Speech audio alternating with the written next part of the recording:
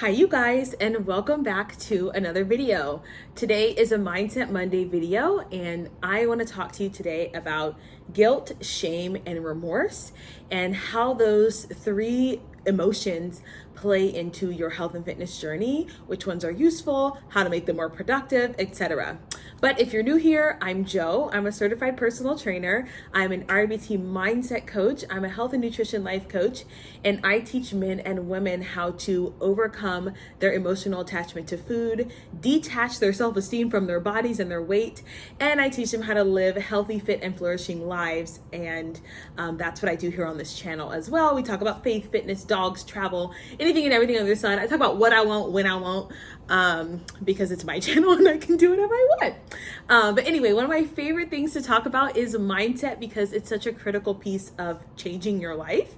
When you decide that you are going to change, the first thing that has to click is your brain, is your mindset. So that's what we're going to talk about today.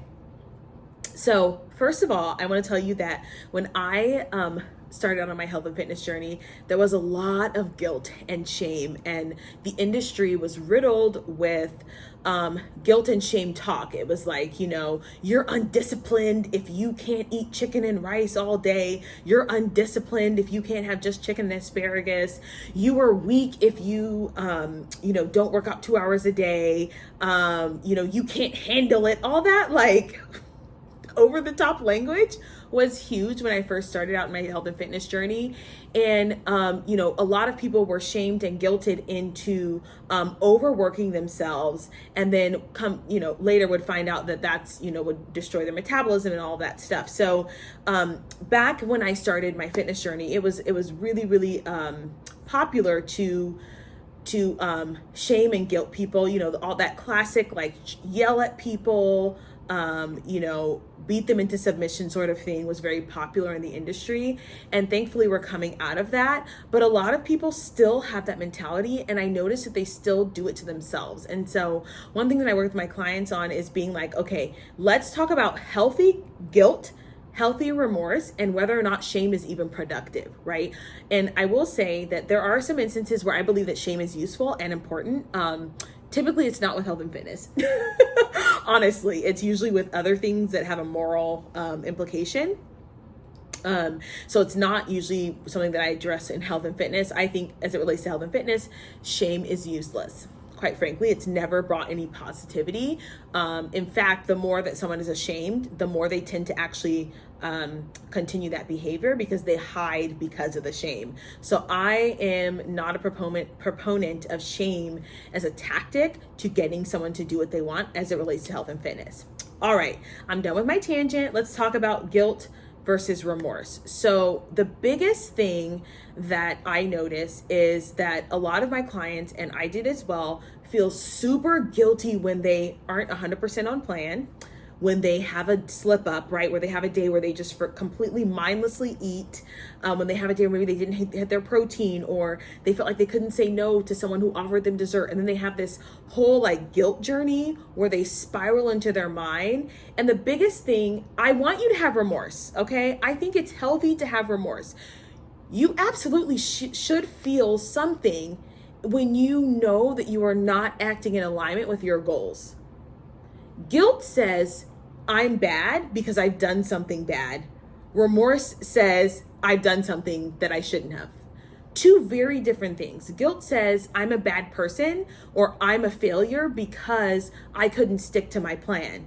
Again, like useless. When you think about that, like, would you ever tell your daughter that? Would you ever tell your son that? Would you ever tell your best friend that they're useless because they forgot to do something, or they're a horrible person?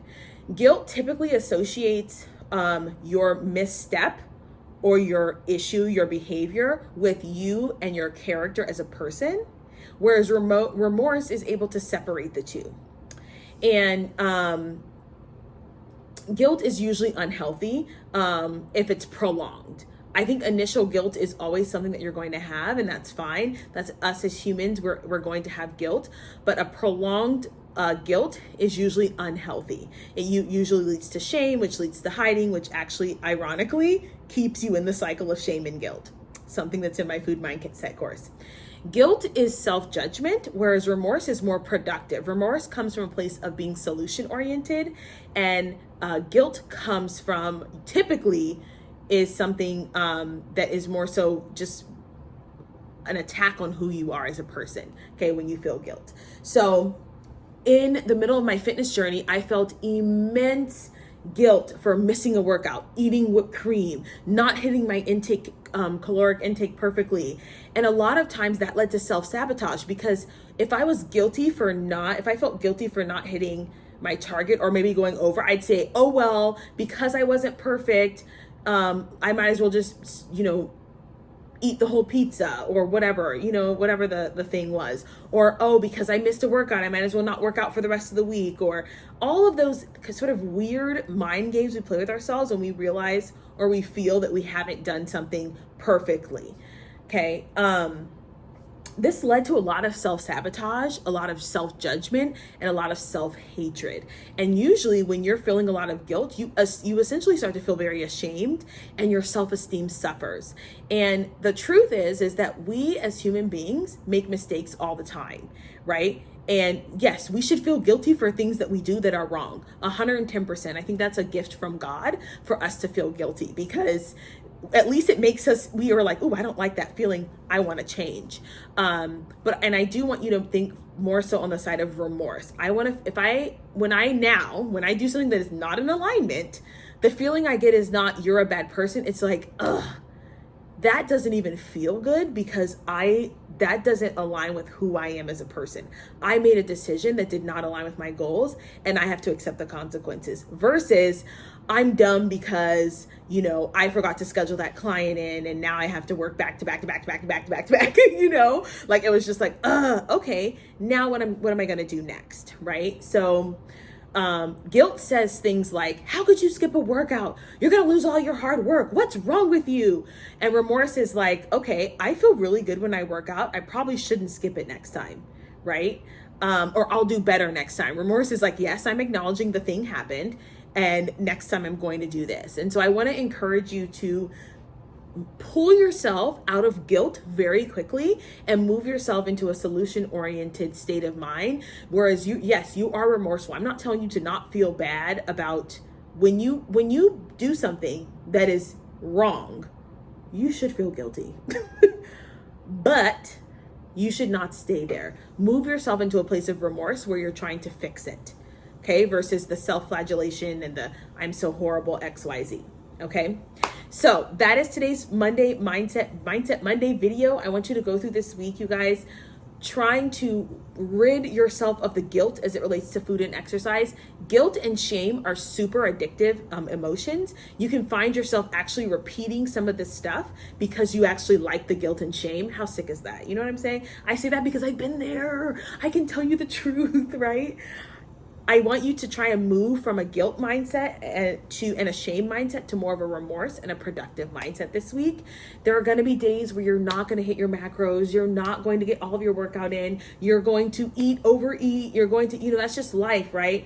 And instead of beating yourself up this week, I want you to say, I made that dumb decision. I accept it. And instead of beating myself up and self-sabotaging, I'm going to do better tomorrow. End of story. All right, you guys, if you are struggling with your food mindset, you can go ahead and click the link in the description box below. My food mindset course is there. If you want more mindset tips and more confidence, insecurity, shame, guilt, all that journaling tips, those are in my Mindset Makeover, which you can also access with the links below. And if you enjoyed this video, you guys, please don't forget to like, share, comment, and subscribe. And I'll see you guys in the next one. Bye.